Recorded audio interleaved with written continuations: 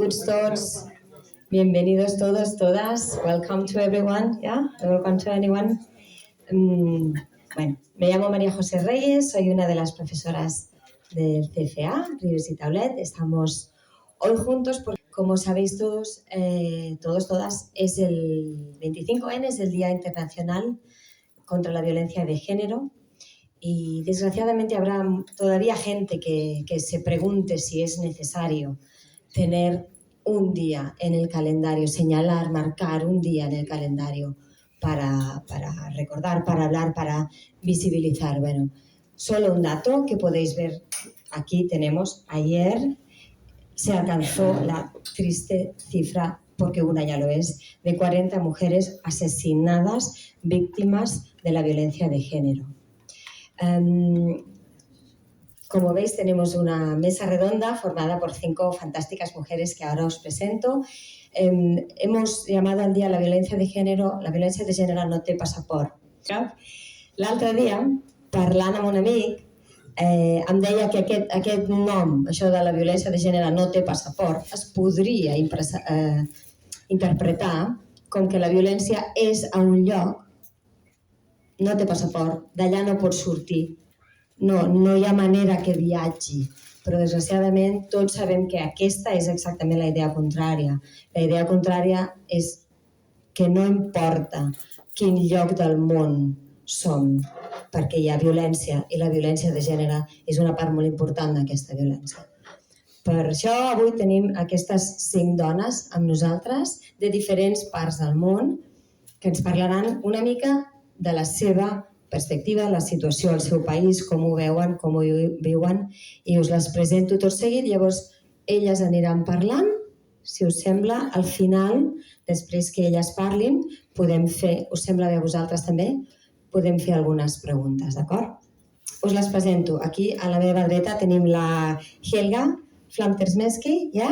Que és coordinadora, per aquí això ho vull dir bé, coordinadora de l'organització Mujer Diàspora, ja? Ella és de Colòmbia.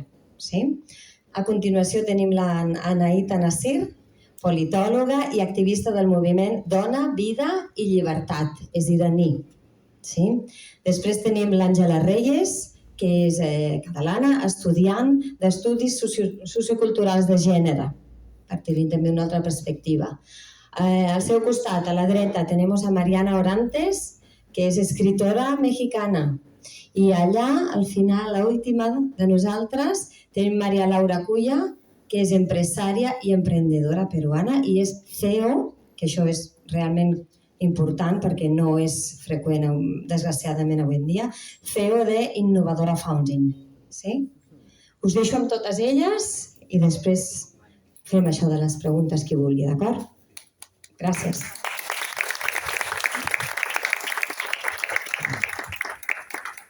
Bueno, muchas gracias por la invitación.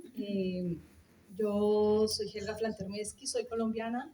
Llevo 25 años viviendo en esta que ya es mi casa, porque todos son caminos que hemos transitado gracias a que otras mujeres han podido abrirlos. Y en el caso de las que venimos de fuera, que estamos en diáspora o en exilio, somos migrantes, como queramos llamarnos, es fundamental reconocer que todos estos caminos, desde poder estar en la academia, desde poder haber estudiado, de tener papeles, de tener tantas cosas, lo tenemos gracias al movimiento de mujeres, por ejemplo, aquí en Cataluña, al movimiento de mujeres en España, pero siempre han sido las mujeres las que han estado como ahí luchando, ¿no? Entonces, me gusta siempre recordar que todas estas camisas que yo tengo ahora mismo puestas son gracias a estos caminos que otras mujeres han abierto. Quiero hablarles un poco de la situación de las mujeres en Colombia. Hoy, en este día de la conmemoración o el recuerdo de esta fecha de la violencia contra las mujeres. Colombia es un país que estuvo durante más de 50 años en guerra. O sea, ni mi mamá, ni mi abuela, ni yo hemos conocido un país en paz. Siempre hemos vivido en guerra. Era lo normal. Pero hemos tenido la fortuna de que a partir del 2016 se hizo un acuerdo de paz. ¿no? Es el último país que ha hecho un acuerdo de paz y quizás sea el último país que haga un acuerdo de paz donde sea una firma, donde se sientan unos y otros a firmar, que generalmente es una mesa de negociaciones absolutamente de hombres. Eran hombres negociando con otros, pero es muy interesante que detrás de ellos, los equipos que planeaban y gestionaban muchas de las propuestas que tocaban negociar eran mujeres. Detrás del equipo negociador estaban las mujeres, detrás del equipo negociador de la guerrilla también estaban las mujeres militares también, y también se logró que, gracias al movimiento de mujeres en Colombia, se logró que las víctimas estuvieran en el centro del acuerdo de los procesos de paz. Y obviamente salió a la luz que la mayoría de mujeres, la mayoría de víctimas durante todos estos años en Colombia de guerra, pues han sido las mujeres. O sea, el cuerpo de las mujeres ha sido el territorio de la guerra. Y no solamente en Colombia, ¿no? Como viene siendo como en muchos sitios. Desafortunadamente podemos decirles que sabemos que hay después de la paz, porque se hizo un acuerdo de paz, se firmó la paz, somos constructoras de paz, la mayoría de las mujeres feministas somos constructoras de paz y hemos luchado mucho por llegar a la paz, y lo que hay después de la firma de paz es una cantidad de violencia que ya no tiene el nombre de pronto de las FARC, que era la guerrilla que estaba, con la que se negoció, sino que hay otra cantidad de grupos armados. O sea, fue levantar una guerrilla, negociar con ella, como cuando arrancas una mala hierba, dices, la quitas, crees que ya, y lo que hay debajo es una cantidad de otras malas hierbas que van creciendo y que ya no tienen ni siquiera nombre. Ahora mismo saber exactamente con quién se puede negociar en Colombia pues es muy complicado. Están diferentes carteles de narcotráfico, crimen, bandas criminales, o sea, otras guerrillas. O sea, lo único que hay en estos momentos es mucha más violencia. Pero también hay otros procesos en donde siguen, en este caso, las mujeres presionando para que lo que se firmó en el acuerdo de paz siga vigente, que es resarcir las violencias que se hicieron en el caso hacia las mujeres, devolverles las tierras que les quitaron. Se realizó la Comisión de la Verdad en Colombia. Nosotras, como Mujer Diáspora, que es la organización que represento, trabajamos en la Comisión de la Verdad. Yo fui una de las personas que tomé testimonios a víctimas y a victimarios y responsables del conflicto. Se creó un capítulo, dentro de esto se creó un capítulo que era la Colombia fuera de Colombia, o algunos lo llamaban el capítulo exilio, y era tomar los testimonios de todas las mujeres que tuvieron que salir de Colombia a causa de la guerra.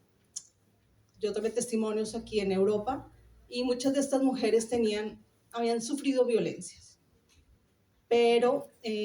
y muchas habían sufrido tantas violencias que tenían que escoger sobre qué violencia era la que iban a hablar, ¿no? Y también nos fuimos dando cuenta que las mujeres también tenían una cosa como, en Colombia es un país estratificado socialmente, o sea, como si tuviera castas, ¿no? Estamos estratificados, está el estrato 6, 5, 4, 3, 2, 1, ¿no? Y todo depende de la cantidad de dinero que tú pagues por los servicios de luz, de agua, de donde vives, de impuestos. Y esto genera pues una estratificación, y esto lo veíamos después cuando trabajábamos con las víctimas. Habían víctimas muy pobres que sentían que su historia era, yo tengo un hijo desaparecido, pero quizás no es tan importante porque él no era una persona muy importante o no era un líder, era simplemente pues un joven que fue reclutado por las FARC, pero no era muy importante dentro de las FARC, entonces no es importante. Entonces éramos ¿no? O mujeres muy ricas que sentían como que, bueno, a mí me violaron, me secuestraron, pero claro, yo era una persona que estaba amenazada por ser de familia tal, entonces nunca quise que mi historia saliera a la luz, ¿no? Siempre las mujeres buscaban muchas maneras de explicar sus silencios, del porqué de las violencias. Y generalmente pensamos que el silencio en las mujeres que han sufrido violencias es como malo, ¿no? Como que no, que las mujeres tendrían que haber hablado. Y es cierto, pero no, no es nuestra obligación siempre tener que hablar. El silencio también es positivo. ¿Y por qué es positivo? En el caso de Colombia, y esto lo podemos llevar a otros episodios de mujeres que han sufrido violencia, cuando las mujeres callan, guardan silencios para cortar ciclos de violencia, para evitar venganzas, para romper y proteger a otros. O sea, no siempre es una cosa ingenua o no siempre es una situación de trauma. También toman unas decisiones muy importantes. Y ojo, la palabra decisiones es fundamental, porque las mujeres que han sido víctimas de violencia les cuesta tener una autoestima alta, entender que lo que han hecho es tomar decisiones. Y eso es fundamental para la salud de las víctimas, reconocer que han tomado decisiones, que nadie les ha quitado eso. Y cuando empiezan a darse cuenta de, no, a resignificar lo que han vivido, como en este caso, cuando hacemos memoria histórica, pues la historia empieza a cambiar, ¿no? Y cambia la de ellas y también tiene un valor diferente la que vivieron sus mamás y las que vivieron sus abuelas. Y esto de pensarnos, y ya voy terminando, nosotros hemos trabajado mucho con el tema de lo ancestral también, ¿no? Trabajamos con lo que yo cargo con las historias de mi mamá, de mis abuelos, y en Colombia hablamos mucho ahora de los ancestros, lo cual es positivo porque también es importante reconocer a todas las que han venido detrás de nosotros, pero sin romantizar. En nuestra organización procuramos, desde una visión muy psicosocial, no romantizar absolutamente nada, porque ni siquiera podemos romantizar a nuestros ancestros, porque hay algunas que fueron violentas, que hay algunas que fueron malas, o sea, tampoco todas han sido fantásticas, ¿no? Como no podemos romantizar nada, como tampoco podemos romantizar la paz, como no podemos romantizar muchas cosas. Y más cuando estamos en la lucha por unos derechos de las mujeres, en los cuales tenemos que estar todo el tiempo. Ya muchos de ustedes ya lo saben, 2 pasos hacia adelante y después 2 pasos hacia atrás, ¿no? Pero continuamos y siempre continuamos con ilusión, que es lo más importante, el continuar y continuar con la ilusión de que estamos haciendo un trabajo que ahora mismo empezamos a hacerlo en compañía de las mujeres jóvenes, así como me alegra mucho que la presencia tuya aquí en la mesa también. No es por decirle a las demás que no son tan jóvenes, no, pero creo que es muy importante que ahora mismo, y aquí lo dejo, el reto que tenemos, las mujeres que trabajamos por mujeres, también es cómo hacemos para que las mujeres mayores que se han acercado al feminismo desde la lucha por una cantidad de derechos, desde el activismo, cómo empiezan ese diálogo con las mujeres jóvenes que han aprendido el feminismo en la escuela, ¿no? Entonces ahora, ¿cómo hacer para que estas dos formas, son importantísimas, pero son 2 tipos de experiencias diferentes? Y es importante abrirles espacios las unas a las otras y hacer una transferencia de conocimientos, una apertura a sus espacios, tanto las mayores a las jóvenes como las jóvenes a las mayores también, ¿no? Para poder continuar y no siempre partir de cero, un poco. Entonces yo creo que lo dejo por aquí. Gracias. Quiero agradecerles por estar aquí, por la invitación, por supuesto. Yo soy escritora de México, soy de la Ciudad de México, y ahí también la violencia se ha desatado desde hace ya varios años, sobre todo con la guerra contra el narcotráfico, que en realidad fue una guerra fallida que se llevó muchas vidas. También pues hemos estado durante muchos años en una especie de guerra incierta porque no hay un enemigo claro, pero bueno, mi trabajo acá sobre todo fue estudiar el archivo de personas que no tienen archivo. ¿Por qué? Porque primero, en México durante este periodo de guerra llevamos un conteo más o menos de 10 mujeres asesinadas por día. Es muchísimo. A eso no se le suman los transfeminicidios, ni tampoco se suman las personas desaparecidas, porque a veces los desaparecidos simplemente no cuentan, no saben, no tienen. Entonces, estábamos trabajando con un archivo para personas que no tienen archivo. Esto es las mujeres desaparecidas. Pero yo, ante todo, soy escritora y traigo más bien un pequeño texto que es en realidad un monólogo de uno de mis personajes. Así que bueno, también eso hay que separarlo un poquito, pero a la vez no, porque todo lo que está aquí sí tiene que ver mucho con mis ideas y por eso elegí también el texto. Entonces, bueno, es un monólogo que está en una proclama de la resistencia del Partido Único Felinista, que rechaza el absoluto proclamado feminismo auténtico, radical, trans excluyente. Entonces, sube al estrado. Silencio. Los hombres tienen miedo.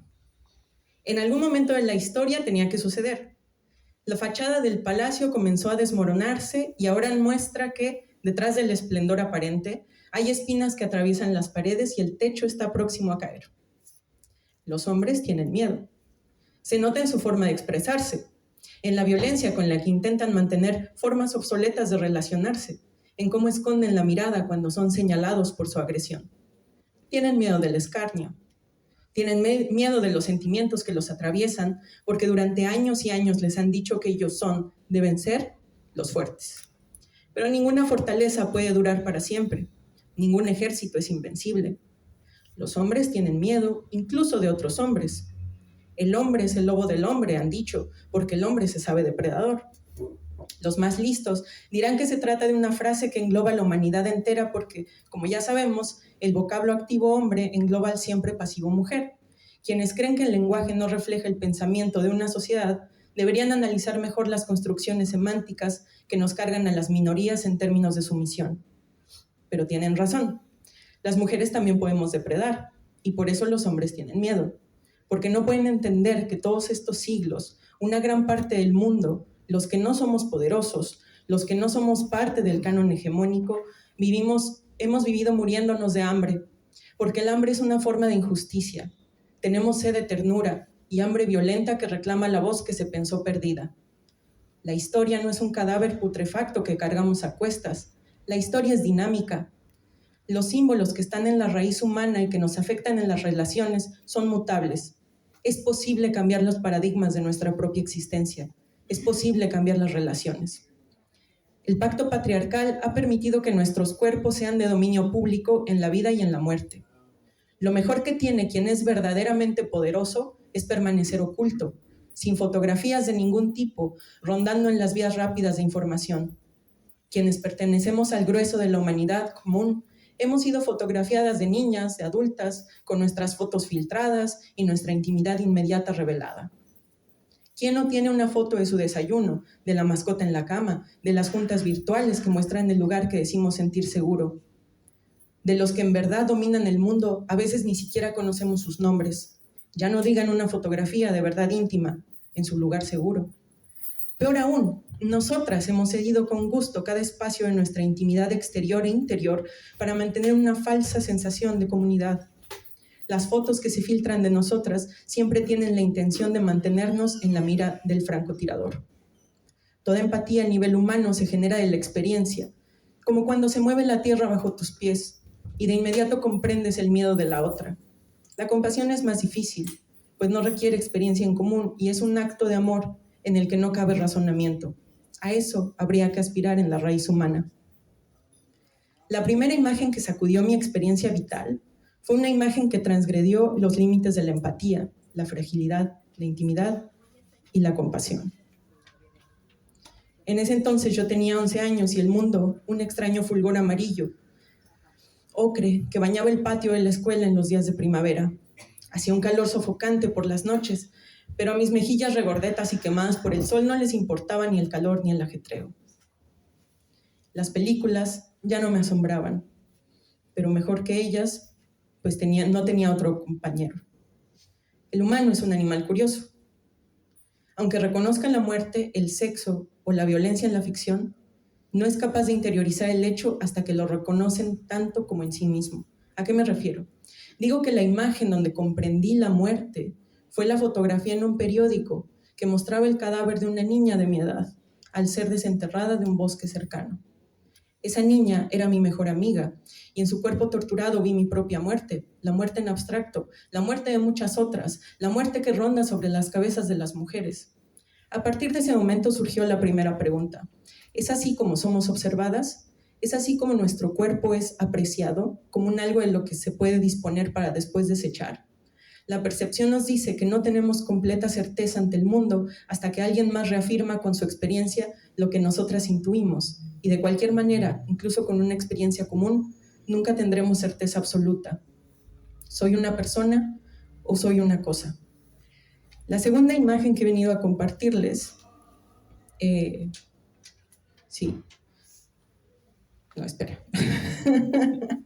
Perdón.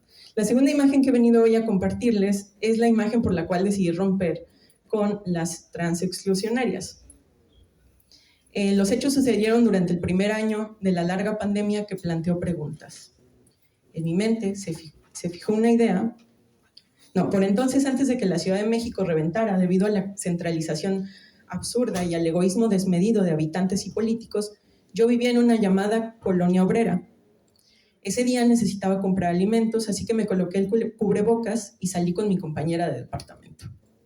Afuera, parecía una tarde cualquiera, hasta que cruzó frente a nosotras una chica sin zapatos, dando tumbos. Me acerqué a preguntarle si estaba bien. Era una chica trans golpeada, cubierta de sangre, con los ojos llorosos. Olía a una combinación entre solvente y alcohol. Con la mirada perdida, babeaba sangre mientras balbuceaba que la habían golpeado porque le tenían envidia. Mi compañera de departamento fue por gasas, agua oxigenada y unas chancletas. Yo me quedé a acompañarla. Entonces, la chica trans comenzó a contarme que su hombre la había abandonado y que ella en verdad lo amaba. ¿Cuántas veces no hemos escuchado la misma frase en tantas otras historias, libros, canciones, incluso en nosotras mismas? Yo lo amo, pero él me golpea. Después me miró con un gesto de verdadero dolor y dijo, yo soy una mujer. Se me hizo un nudo en la garganta. Despacio, sacó de su bolso una piedra grande que colocó en mis manos, al tiempo que su voz cortada por las lágrimas confesaba, me tenía que defender. Tomé la piedra y la coloqué al pie de un árbol. Ante mí desfilaron los símbolos que nos han hecho humanas, la primera mano manchada por la traición, porque la piedra es un símbolo poderoso. Es el cimiento sobre el que asentamos la casa, erigimos templos, construimos santuarios o colocamos para el fogón del hogar. Es en el hogar donde la primera piedra marca el comienzo y la destrucción del hogar marca nuestra propia muerte. ¿Cuántas mujeres más tendremos que ser parte de la piedra fundacional para los cimientos seguros de los movimientos sociales? Las herramientas del amo nunca desarmarán la casa del amo. No solo eso. En mi mente se fijó una idea que abreva de la primera pregunta. 2. Si observamos la historia de la pornografía e incluso nuestra relación con el sexo, parece que es una relación en la cual no cabe la menor duda. No hay una posibilidad de modificar los paradigmas. Como si no hubiera relación entre el ente social y el sexual. Quienes pregonan que las mujeres somos mujeres porque tenemos una vulva, vagina, ovarios, óvulos y ya está, separan al yo del ente social y lo reducen a una parte minúscula del enorme complejo. Es una disminución que elimina toda evidencia de mí misma para dejarme como un trozo de algo simplificado. Me reducen a un solo aspecto para después convertir ese aspecto simplificado en lo más importante de mi ser. Es así como, de repente, lo que tengo entre mis piernas se vuelve un mito de lo que tiene que ser el sexo. Me vuelvo un órgano sin sentimientos, sin esperanza, sin anhelos, sin luchas, sin emociones. Me vuelvo el mito de la mujer que tanto se pondera en el patriarcado. Así que no es esa una contradicción del feminismo que dice ir a la raíz y que excluye a las camaradas trans. De nuevo, ¿soy una persona o soy un órgano que tiene una función simbólica para una lucha y no admite mi compleja relación con el mundo? Hay una verdad que no podemos ignorar. Cuando se le niega la existencia a las personas trans, se niega la existencia de la lucha antirracista. ¿Por qué? Lo dejaré como una nota, pero siempre hay que tener en cuenta que los apartados que se utilizan para marginalizar hoy a las personas trans son esencialismos que en su momento se utilizaron para negar la categoría de mujer de las personas indígenas. Es decir, mis ancestras, mis abuelas nahuas, no eran consideradas mujeres por los médicos europeos, quizás hasta el siglo XX, y creo que algunos todavía persisten en su idea. Pero regreso a la pregunta, ¿soy una persona o soy un órgano simbólico? La respuesta es que soy todo, soy yo, soy mis órganos, soy mi cerebro, soy el sentimiento de quien soy lo que no me pueden arrebatar, soy el cúmulo de mis esperanzas, soy las relaciones que he construido con mis amigas, con los hombres, con mis amantes, con mis enemigos. Soy lo que decido nombrarme porque el simple hecho de nombrarme como tal cambia la realidad. Soy migrante, soy indígena, soy la esfera en la que se depositó el código genético y estalló más allá de las estrellas. Soy mi pensamiento complejo, con emociones revueltas. el vínculo con los animales y las plantas de mi casa. Soy mi propia vergüenza. Soy el miedo y la oscuridad, el símbolo del martirio. Soy Perséfono y Medusa y Casandra. Soy Tlazolteotl, Coatlicue, Tonantzin, la Virgen y el canto que llena cada rincón del alma. No dejemos que nos reduzcan a un solo aspecto ínfimo y eliminen nuestra experiencia vital. La reducción del humano a una característica y el uso de esa característica como justificación para violentar es el principio de todos los actos atroces que ha presenciado la humanidad. Soy migrante, pero no solo soy migrante. Soy indígena, pero no solo soy indígena. Así como soy yo, soy tú. Camaradas, hoy nos hemos reunido para celebrar nuestra lucha como feminismo simbolista. Pues creemos que todo símbolo puede ser cambiado desde la raíz y que nada es fijo ni permanente, sino dinámico. Viva el feminismo, viva la vida, viva la resistencia, vivan las hermanas trans y viva Palestina libre, porque nadie es libre hasta que todas seamos libres.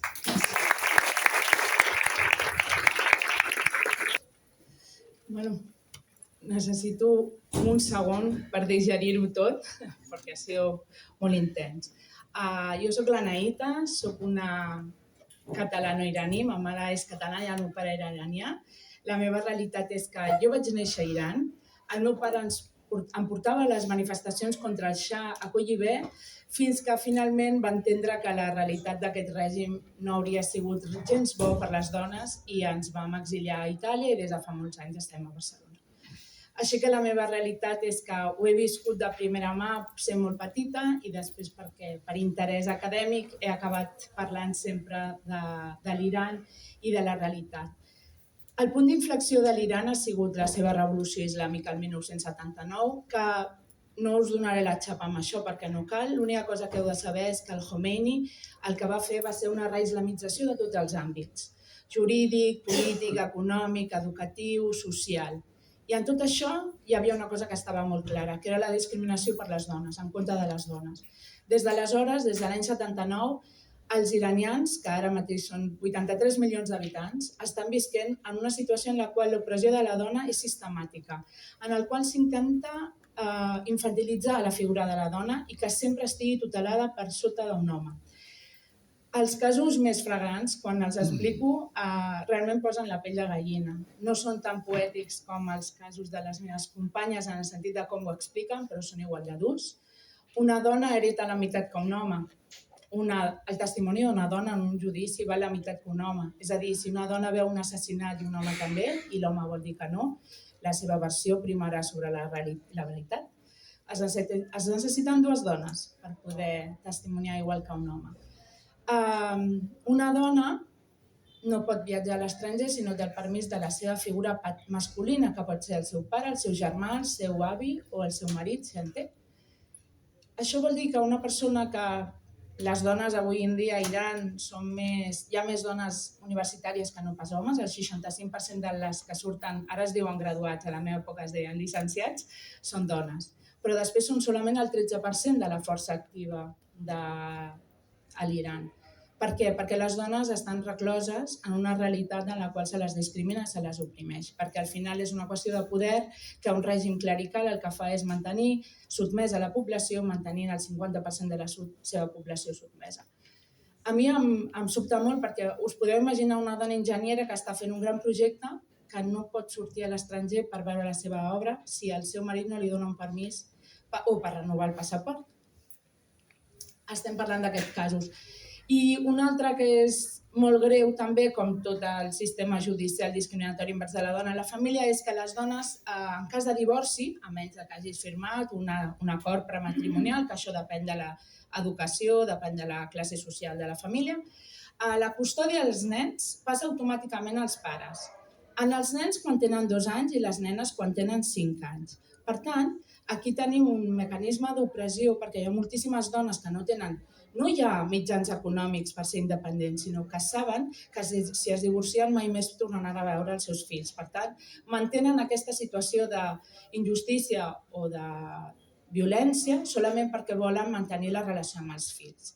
Per tant, el que veiem és una realitat de 45 anys de sotmetiment o opressió a la dona, d'una corrupció generalitzada, perquè al final és un país en el qual la classe dirigent l'única cosa que li interessa és mantenir-se en el poder, on les dones, si és veritat que poden treballar, les dones poden fer-ho tot a l'Iran, menys dues coses: ser elegides com a president de la República i ser jutgesses. El Premi Nobel de la Pau del 2003, que va ser la senyora Shirin Ebadi, la primera dona musulmana, va ser una de les poques jutgesses que van arribar a l'època de la Revolució i va després haver de fugir perquè la van perseguir fins a l'infinit i més enllà. Per tant, a l'Iran les dones, malgrat que ens sorprèn el grau de discriminació, és veritat que les dones poden realitzar-ho tot. Però amb quin preu? Quan jo vaig estar l'any 2001, perquè era un moment de reformisme i vaig tenir l'oportunitat de poder anar perquè hi va haver una amnistia contra els refugiats, els exiliats polítics, les meves cosines em deien: el mocador ara mateix no és el meu problema. Jo no tinc futur, no tinc expectatives laborals, no em podré casar amb qui vull. A mi, deixeu-me tenir una vida decent, o la que jo cada cop veig més en les mitjans de comunicació, a les xarxes socials, i després ja parlant del mocador. Això el 2001. Ara mateix, en el 2022, va morir la Mahsa Amini perquè portava malament el mocador i això va ser la gota que va fer vessar el got de la paciència de les dones. Les dones es troben en una situació en la qual durant tots aquests anys no és que s'han sotmès a les lleis, han fet. La lluita ha sigut sempre lluita quotidiana, en la seva rutina, solament pel fet d'existir. Jo haig de portar mocador, vale, però faré tot el que tu dius que no puc fer contra el règim i cada cop s'estira més la corda. Aquesta realitat el que fa és que les dones han trobat com petites escletxes per on anar trencant o per anar estirant les discriminacions. A la universitat pública, les noies i els nois entren per portes diferents i hi ha algú a la porta que et vigila i et diu si portes molt curt el mocador o el pantaló o la gabardina o si portes les ungles pintades. Tu pots controlar un dia a 200 alumnes i els hi pots fer treure l'esmalt de les ungles, però no pots controlar 4.000 alumnes cada dia, no pots detenir una marea humana. Per tant, les dones iranianes porten tots aquests anys lluitant de forma molt per sota fins al 2022, que van passar allò de la Mahsa Amini, i d'aquí va sorgir el moviment Dona, Vida i Llibertat, en el qual les dones han dit prou. Estem sent testimonis d'unes lluites que per primera vegada en un país islàmic estan liderades per dones i on els homes acompanyen a les dones, perquè no volen que, la majoria dels homes no volen ni que la seva filla, la seva germana, la seva mare o la seva parella visqui en una societat en la qual se les sotmet solament pel fet de ser dona. L'any passat, 2023, el Premi Nobel de la Pau se li va donar a una altra dona iraní, la Narges Mohammadi, que es troba ara mateix a la presó justament perquè porta tota la vida defensant els drets de les dones, i ella està dient que hi ha un apartheid de gènere. La paraula apartheid nosaltres l'entenem molt bé per Sud-àfrica, però ara mateix hi ha tota una campanya per poder demostrar que a l'Iran s'està vivint un apartheid de gènere. Per tant, accions com la d'avui, vosaltres no us ho podeu imaginar, però per la gent d'allà és una manera de no sentir-se sols, de saber que nosaltres estem en el costat correcte de la història. I jo, com a part de la diàspora iraniana, l'única cosa que puc fer és donar veu a la lluita d'aquestes dones tan valentes que, malgrat l'opressió, les tortures, les violacions i les execucions, ara mateix llegia a X o a Instagram que avui han executat a 3 persones. A l'Iran hi ha desenes de milers de persones empresonades sense garanties legals. Moltes són dones. Les acusacions van des de l'adulteri a tràfic de drogues o haver insultat a Déu. Per tant, és ampli l'espectre, no hi ha garanties legals.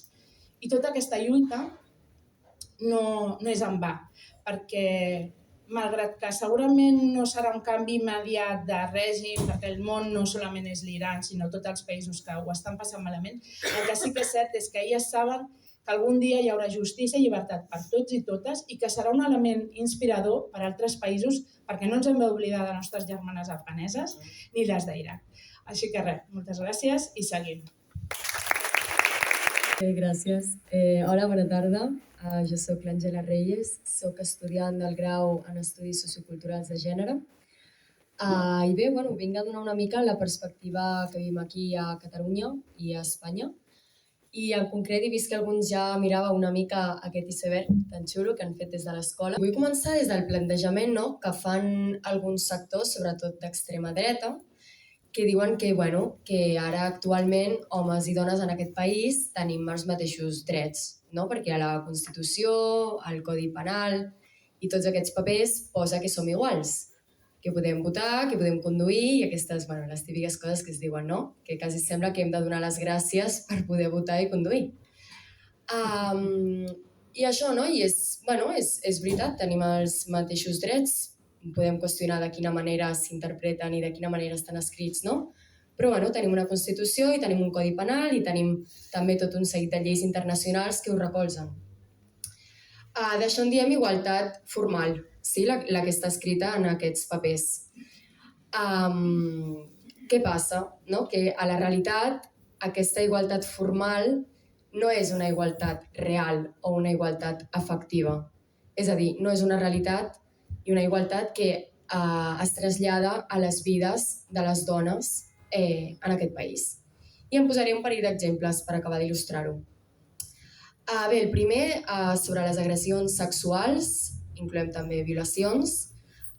Com suposo que alguns sabreu, l'any passat va sortir la llei del CSI, va ser molt polèmica, però deixant això de banda, en aquesta llei es penalitzen les agressions sexuals, també les violacions, amb penes de presó i tots els procediments que s'han de fer, i això està estipulat per la llei i comporta uns anys de presó establerts. Quina és la realitat, però? La realitat és que, per posar alguns exemples, en els casos on es denuncien agressions sexuals a menors, el 70% de les denúncies judicials, legals, no arriben a judici. Mai se celebra el judici i mai hi ha sentència. Per què passa això? Perquè podria ser una dada que ens sorprengui, no? És a dir, si hi ha una llei, com és que després no hi ha judicis? Hi ha qui diu, s'ha posat molt de moda dir que les denúncies són falses, que les dones menteixen. Segons un estudi del 2022 es va demostrar que les denúncies falses només eren el 0,001%. Llavors, com és que això succeeix, no? Per què no s'arriben als judicis? És perquè anomenem la victimització secundària, que és el dany que causa el sistema judicial a les persones que passen per processos judicials per violència de gènere, no? I això és un tipus de violència que també és masclista i és institucional i se situa justament a la part de baix de l'iceberg. Aquí s'explica. Sí. Li podeu donar un cop d'ull després. I és una violència que sembla que no existeixi, sembla que no sapiguem que això passa i passa, no? Com passa, per exemple, fent que la víctima hagi de repetir múltiples vegades el que li ha passat, allargant els processos judicials fins a 8 anys i la mitja està en 4 anys sense sentència, el que porta al final que les denúncies es retirin o per salut mental es decideixi no continuar amb el procés, no? Llavors, què passa? Tenim una llei que ens diu que això sí que es penalitza, però la realitat aquí no ho penalitza ningú. Un altre exemple és, per exemple, l'avortament. Aquí a Espanya, des del 2010, hi ha una llei que diu que podem avortar de manera totalment gratuïta, lliure, individual, fins a les 14 setmanes des de l'ovulació. Bé, i això s'ha de dur a terme a tots els centres sanitaris públics. Doncs ens trobem que l'any passat a comunitats autònomes, com per exemple Múrcia, Extremadura o Castella-La Manxa, els casos d'avortaments duts a terme al sistema sanitari públic no van ser més de 3 en tot un any. Però, al comparar-ho amb els avortaments duts a terme en aquestes comunitats autònomes, sí que n'hi havia hagut. Què passa? Doncs que hi ha hospitals sencers que s'han acollit al dret a no practicar els avorts. I això dut a terme que hi hagi persones que vulguin avortar i que potser s'han d'anar a una altra comunitat autònoma per exercir el seu dret, o que arribin a l'hospital i els diuen que no, que són objectors de consciència i no els poden practicar aquest abort. Llavors tenim el dret reconegut a avortar de manera gratuïta i lliure a un espai de salut gratuït, però potser hem de fer 100 quilòmetres en cotxe per poder-lo dur a terme. I bueno, ja per acabar, un altre exemple en els salaris. Crec que és ben sabut que no hi ha igualtat salarial, tot i que la llei així ho estipuli, però és que, per exemple, les dones tendeixen molt més a reduir la seva jornada laboral o a agafar-se fins i tot mitja jornada quan tenen fills, el que els porta a guanyar menys diners, a cotitzar menys i a la llarga dependre més normalment del marit. Totes aquestes formes de violència són violències masclistes també. És a dir, a part de tots els feminicidis, de totes les agressions sexuals que coneixem, no? Per exemple, amb aquesta dada que ens ha presentat abans, hi ha tot un sistema darrere que és estructural, que perpetua aquestes violències, no? I ens pensem que aquí, a Espanya, a Catalunya, és impossible això, perquè que europeus som, que evolucionats som, i que aquí, ostres, com pot ser que a Múrcia no pugui avortar? Doncs sí, això passa. Això passa i justament és aquesta invisibilització que en fem el que fa que perpetuï aquesta violència. Llavors, això s'ha de parlar d'aquestes violències que queden invisibilitzades i que formen part d'unes estructures de poder que el que perpetuen són el patriarcat. I ja per acabar volia dir també que el feminisme aquí és important no només per aquesta igualtat que no existeix en la realitat, sinó perquè el que reivindiquem aquí des de Catalunya, des d'Espanya, no és només per nosaltres, no és només per Europa, sinó que és per tot el món. I amb tot el que estan explicant les meves companyes és molt important entendre que la lluita del feminisme aquí a Catalunya, Espanya, Europa, no és només occidental, sinó que ha de ser per tot el món. Gràcies.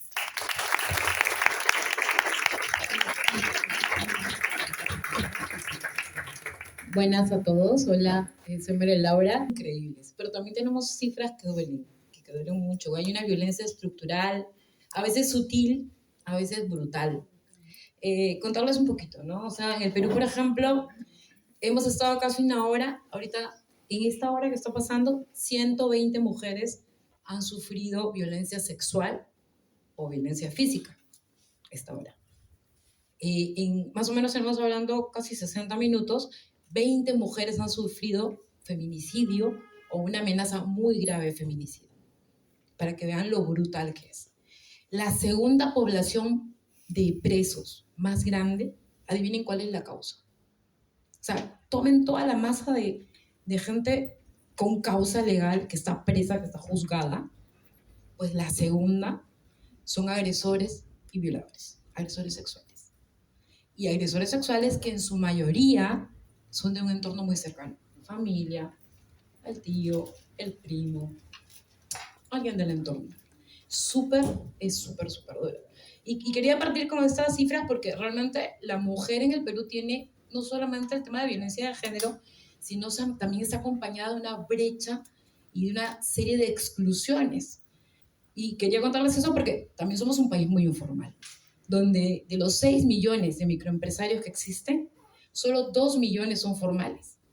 Y de esa masa de alrededor de 4 millones de personas, 75% son mujeres. Mujeres como tú, como yo, que quieren sacar la familia adelante y donde la gran mayoría es madre soltera. Porque el esposo se fue, porque tiene más de una familia. Realidades crueles y reales, ¿no? O sea, que es lo que estamos viviendo y que además está tan afincada en nuestra mentalidad, en nuestra cultura, en nuestro mindset, como algo normal en el día a día, ¿sí? Bueno, yo vengo de trabajar las finanzas, soy un caso un poco raro, honestamente, porque mi familia es muy pobre y yo estudié con becas en una escuela muy elitista de negocios y pude salir adelante. Entonces trabajé en el banco más grande del Perú, donde también había es un banco fantástico, no quiero hablar mal del banco, pero había una cultura muy también patriarcal. En el Perú no conozco ningún banco con una gerente general mujer. Hubo una que era del Citibank, pero ya se fue, ya no está. Las finanzas están como muy aisladas, hablaban de brechas salariales. En el Perú la mujer gana en la misma posición alrededor de 32% menos que el hombre. En Lima, pero si sales al promedio de todas las otras regiones del Perú, es cercano al 40%. Y si vas a las zonas más pobres, puedes encontrar 47, 48, 49% de brecha salarial. Con estas cifras tan horrorosas, no quiero espantarlos, porque el Perú es un país maravilloso, pero tenemos cosas que cambiar. Y si vemos Latinoamérica, México, Colombia, o sea, si miramos un poco al mar de países que tenemos, América Latina es una de las regiones con mayor violencia contra la mujer que tenemos que trabajar. Estaba mirando un par de casos muy importantes estas semanas, pero también quería contarles un poco de mi historia.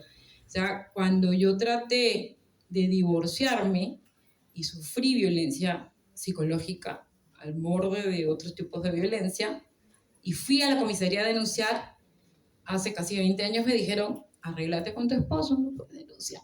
Y yo soy un poco la excepción porque vengo de estudiar en una universidad, tenía un cargo gerencial, o sea, yo decía, no puede ser. Lo comencé a tuitear, todavía debe existir en Twitter o en una red social. En esa época, no me acuerdo en qué red social, pero no podía hacer que me escuchen.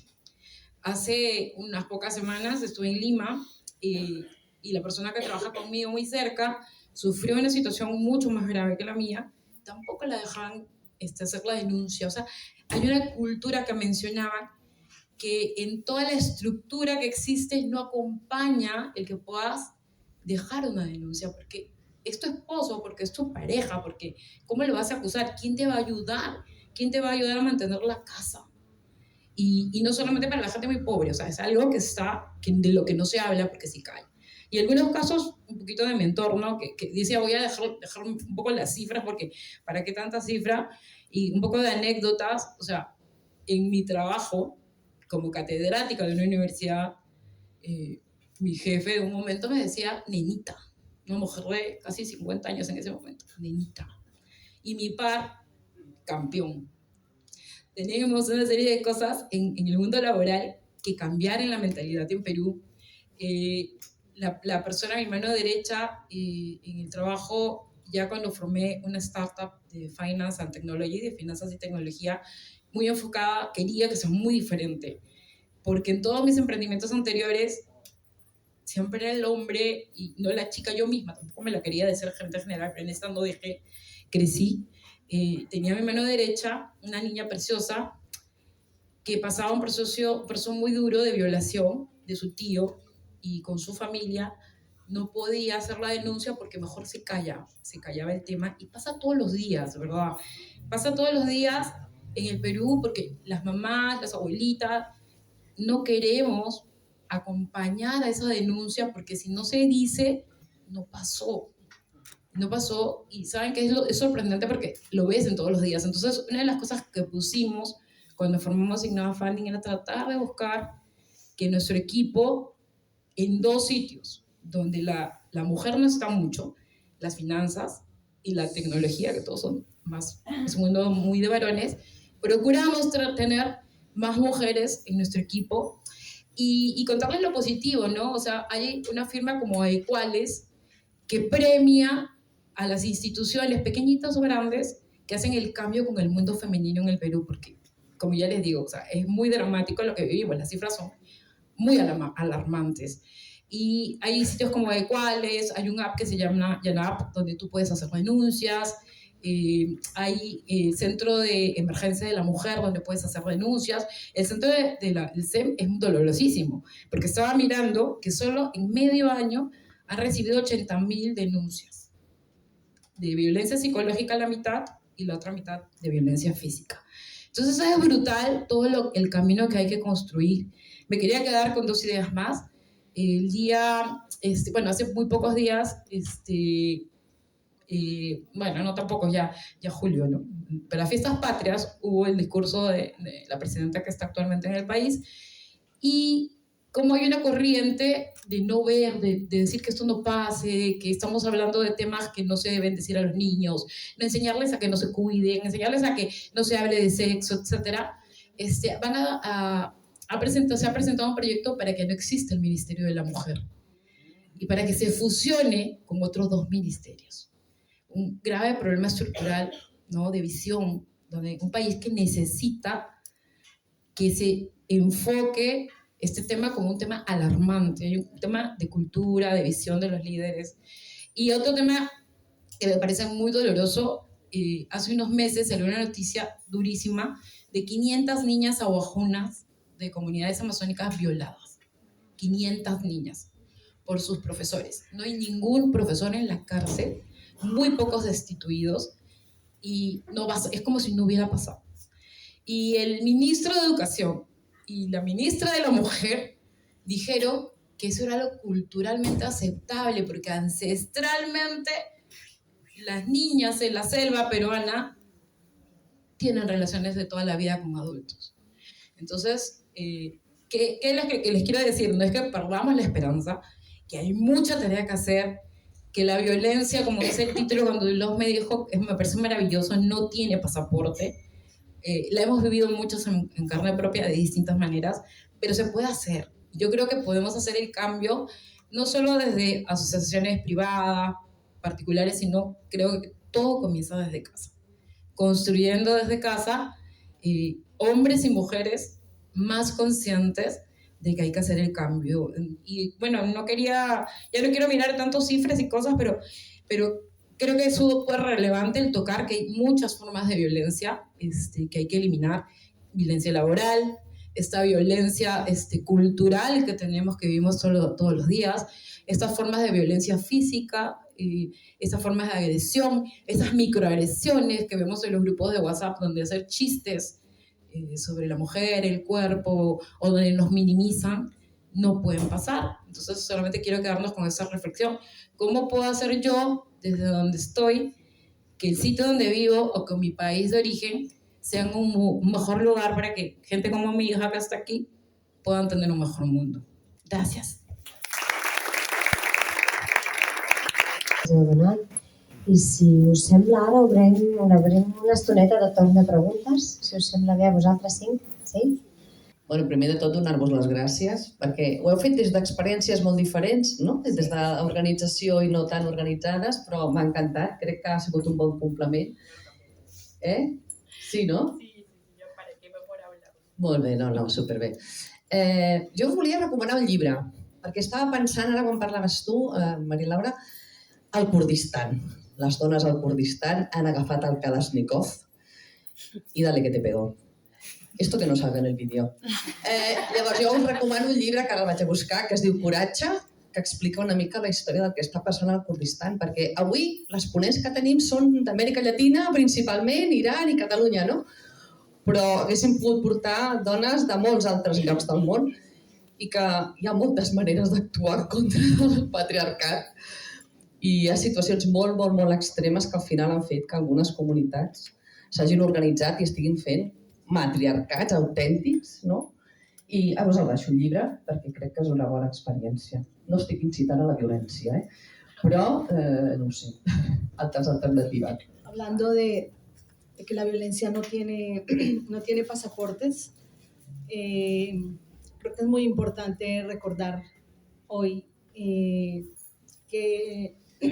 lo que está pasando en Cataluña, específicamente, bueno, en el Estado español, pero hablando en Cataluña, la cantidad de gente que está llegando refugiada, esto es algo que no se había visto nunca. Y estamos hablando de gente, la mayoría mujeres, que vienen de países de guerra o de violencias extremas, que están viniendo a pedir refugio y deberían ser atendidas como tal, como víctimas que vienen huyendo de una guerra, no como migrantes económicos. Son personas, son mujeres que vienen, que tienen una necesidad de que se les atienda a partir de los traumas y a partir de unas necesidades específicas. Y nos encontramos ahora mismo que de todas maneras sí es verdad. Yo puedo decirlo que después de 25 años puedo ver cómo el racismo sí ha crecido. Si antes era un poco más disimulada, ahora mismo es clarísimo. Ahora te miran y te escanean y te dejan saber que no te quieren aquí. Yo llevo 25 años y todavía sigo viviendo esto y cada vez lo vivo más. Lo que me hacen a mí en un almacén, a revisar el bolso, todo esto, a mi esposo no se lo hacen nunca, porque él es sacado en catálogo de Ikea, ¿no? Es sueco, el pobre. Digo, no lo compré. No, es sueco y es rubio. Perdona, ¿tú puedes pasar por un andaluza o por ahí? Bueno, escúchame, ¿quién sabe qué es bueno? O sea, por los rasgos, tú puedes pasar por cualquier cosa. región de España. Sí, perfectamente. Por eso, claro, igual ellas, tenéis más rasgos, perdón, Al revés, orgullosas. pero yo te veo. Claro. Entonces, claro, depende de quién. Pero mira, por ejemplo, Quién te encuentres. ya. Pero mira, por ejemplo, nosotras de Mujer Diáspora trabajamos no solo con colombianas, nosotras trabajamos con mujeres de muchos sitios y en algunos espacios coincidimos con Anaíta. Sí. Trabajamos con mujeres de Ucrania, con mujeres de Afganistán, con mujeres de Nicaragua, con mujeres de otros países. Y entre nosotras es mucho lo que tenemos en común. Y una de las cosas interesantes es, por ejemplo, con las mujeres ucranianas, rubias, blancas, ellas mismas están diciendo, no soportamos el racismo que estamos viviendo. No es un tema de color de piel, es un tema que no quieren a determinadas personas en casa. Porque dicen que son de Ucrania. O porque, sí. Y porque hemos acogido muchos ucranianos y hay gente que les molesta. Claro, hay gente que le molesta, Es lo que sí, lo que digo. que eso es el racismo. Es que el mundo es libre y podemos ir donde nos haga. Yo opino así, toda mi vida he opinado lo mismo. El mundo es muy grande, eres libre, pero No es libre para muchas, para muchas de las mujeres que lo que quiero dejar aquí es un poco la presencia de la cantidad de mujeres refugiadas que están llegando ahora mismo y que no han decidido, básicamente eso no les ha tocado, que están aquí, que es un llamado a que Cataluña las acoja con más cariño. Hay una violencia patriarcal por parte de las instituciones. Esas mismas instituciones que hoy han publicado carteles y se adhieren a las manifestaciones son las instituciones que no facilitan el derecho a asilo. De la misma manera que creo que una migrante económica debe tener los mismos derechos, porque una migrante económica normalmente lo es fruto del expolio de otras cosas. O sea, bueno. Y en cualquier caso, incluso hay instituciones que están perpetuando eso. Es decir, no en todos los casos, pero en una buena parte de casos hay mujeres a las que la degaya les quita los hijos porque no pueden atenderlos, pero en ningún momento las instituciones se preocupan por ofrecerles un trabajo digno y un techo. Entonces, la carencia de vivienda, la carencia de servicios, todo esto es violencia patriarcal y las instituciones la tienen, por mucho que se cuelguen luego el lacito violeta institucional que lava la cara de un mundo eurocéntrico, ¿no? Yo creo que estamos en esa situación y creo que, bueno, yo soy blanquita, europea y tal, ¿no? Pero de los múltiples feminismos, creo que el feminismo europeo tiene mucho que aprender en este sentido. Y las que tenemos un cierto privilegio, entre comillas, ¿no? Creo que, bueno, a mí, por ejemplo, me ofende profundamente que el lema del ayuntamiento fuera llegar al techo de cristal. La mujer tiene derecho a puestos de trabajo, pero antes de llegar al techo de cristal hay muchas cosas que debajo del techo que no estan cubiertes per les institucions. Bueno, esta és mi opinió. Ens heu donat com unes quantes claus que són transversals, no? Hem parlat de casos molt extrems, hem parlat de la invisibilització de certes... Ens heu descrit el nostre iceberg, no? En primera persona, amb històries narrades en primera persona. I una cosa que m'ha interessat molt i que us volia demanar si podíeu tirar una mica més d'aquest fil, en algun moment, em sembla que has estat tu, Elga, has hablado del silencio, ¿no? El silencio a veces como la única opción. Entonces, ese silencio como resistencia. Hay dos tipos de silencio, o quizás hay 1000 maneras de silenciarnos, ¿no? Pero tú has hablado de un silencio estructural al que se ven sometidas las mujeres con esas violencias patriarcales como la violencia sicaria, ¿no? Esos instrumentos de chantaje bajo los cuales las mujeres se quedan noqueadas, ¿no? Entonces yo os quería preguntar, ¿creéis que hay algún tipo de silencio activo viniendo de las mujeres? Las mujeres estamos encontrando otras maneras de operar sigilosamente. Esa es tu pregunta. Y si creéis que hay una opción, ¿cuál es? Sí, yo creo que hay una forma de silencio activa y que ha sido además muy importante a lo largo de los años, y eso es nuestra conexión con la intimidad también. O sea, hay esta forma de que todo tiene que ser muy público, que tiene que ser muy hacia afuera, y eso es algo que también digo en el texto, ¿no? Como estas fotografías y así, pero los espacios íntimos también son muy potentes en cuanto a forma de hacer política. Estaba yo dando un curso de la escritura íntima como potencia política, en el que veíamos cómo, por ejemplo, muchas mujeres escribieron diarios que no estaban pensados para ser publicados. Sin embargo, después cobraron una importancia histórica que dejaba constancia de un tiempo, pero también una condición muy particular. También la poesía.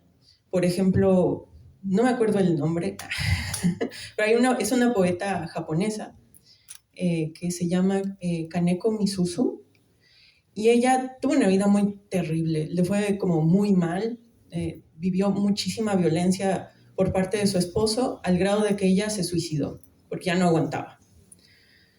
Y bueno, ella nunca vio su trabajo publicado, ella solamente escribió y ya. Si acaso un poema por ahí en una revista y así, pero su trabajo se había perdido. Hasta que alguien, un estudiante, vio en la revista, lo empezó a leer, dijo, este poema me gusta, buscó más de ella y empezó a rescatar el trabajo, al grado de que uno de sus poemas fue utilizado después como manera emocional después de los tsunamis, o sea, como para compartir en comunidad. Se volvió todo un símbolo. Pero ella partía justo de ese silencio que a veces es incluso la meditación, el estar en silencio, el estar muy conectada contigo misma, porque eso también en este sistema que nos pide desconectarnos todo el tiempo de los demás, conectar con una misma es conectar también con los demás humanamente. Entonces yo creo que ese sería para mí el silencio activo del que se puede partir. Yo quería contarles que, por ejemplo, lo que yo estoy haciendo en Innova Funding todos los meses es una tarea, hemos creado pequeños videos de capacitación, entonces todos están obligados. Yo tengo una empresa online que trabaja en Perú, para Perú y con personal de todo el Perú, o sea, de distintos puntos, no de la capital, que tiene mucha inclusión porque trabaja gente de distintos puntos, no de Lima, y chicos y chicas, hemos hecho cursos de lenguaje inclusivo, terminología de género, formas de violencia, no solo lo tradicional, sino no tradicional. Entonces, no sé, creo que no es silencioso porque lo hacemos nosotros, por nosotros, para nosotros, pero que hay formas de como educar y romper, porque cada vez la corriente más en mi país es todo lo contrario. Hablar de otras formas de valores y no, es muy difícil romper con eso. Entonces, yo no sé, creo que es una manera callada, pero de que vas, por lo menos a estas pocas personas que son de mi entorno, ir dándoles una forma de instrucción, educación, información, lecturas, para que tomen sus formas de ver la vida también. Un poco retomando a una poeta, escritora de frontera, Ansaldúa, que es maravillosa, ella decía, el silencio grita. Y el silencio no quiere decir guardar las cosas y no decirlas a nadie. Siempre se le dice a alguien. Y una de las cosas más bonitas de las que venimos haciendo muchas organizaciones, en este caso de mujeres migrantes o en diáspora, es recoger esos silencios y hablarlos entre nosotras y convertirlos muchas veces, para nuestra propia sanación, en temas artísticos. Hemos hecho trabajos donde procuramos que un poco nuestro lema es ante el dolor la belleza. Y es algo bien duro, pues convirtámoslo en algo que sirva. Y si hay un silencio que puede servirle a otras o que puede convertirse en una herramienta para hacer política, pues hagámoslo, ¿no? Porque parte de las violencias institucionales que hay es que el feminismo, la palabra género, se ha institucionalizado, se ha politizado. Entonces, si ellos lo han cogido para hacer su marketing y para hacer su política, pues nosotros tenemos que resignificar, y lo resignificamos desde donde nos dé la gana, desde donde lo necesitemos, ¿no? Como les decía, sin romantizar nada, pero siempre volviéndolo algo útil, y en este caso, pues el silencio. Otra forma de que podemos guardar silencio es para escuchar a las nuevas generaciones. Te voy a pedir que hables. Yo creo que es importante que las jóvenes y las mayores estemos juntas. Sí. No hay otra. a los jóvenes. Bueno, sobre esto de los silencios, yo también creo que hay como una cosa muy también como muy de comunidad, de tal vez no denunciarlo a nivel institucional, de he sufrido esta violencia en cualquier ámbito, pero sí de contárnoslo mucho entre nosotras, también de aconsejarnos mucho entre nosotras. Entonces, igual no es bien un silencio, pero es como una manera de un poco más en lo privado y en lo cotidiano, pues crear un poco de resistencia, ¿no? Es decir, igual alguien no denuncia que esta persona le ha agredido, pero sí que se lo dice a su amiga. Y esta amiga avisa a otra amiga para que no se acerque esta persona. Y bueno, yo creo que son maneras que al menos yo intento practicar, como de eso, ¿no? De cuidarnos entre nosotras y de, si las instituciones no nos protegen, sobre todo en casos de violencia de género, pues lo haremos nosotras y nos cuidaremos entre nosotras y nos avisaremos entre nosotras. Bueno, muchas gracias de nuevo a todas por vuestro testimonio, por todo lo que nos habéis explicado, con todo lo duro que es. Pero es verdad que las cosas hay que saberlas, hay que afrontarlas, hay que lucharlas juntos y juntas, todos. Entonces, bueno, yo creo que lo mínimo que podemos daros es las gracias y un abrazo.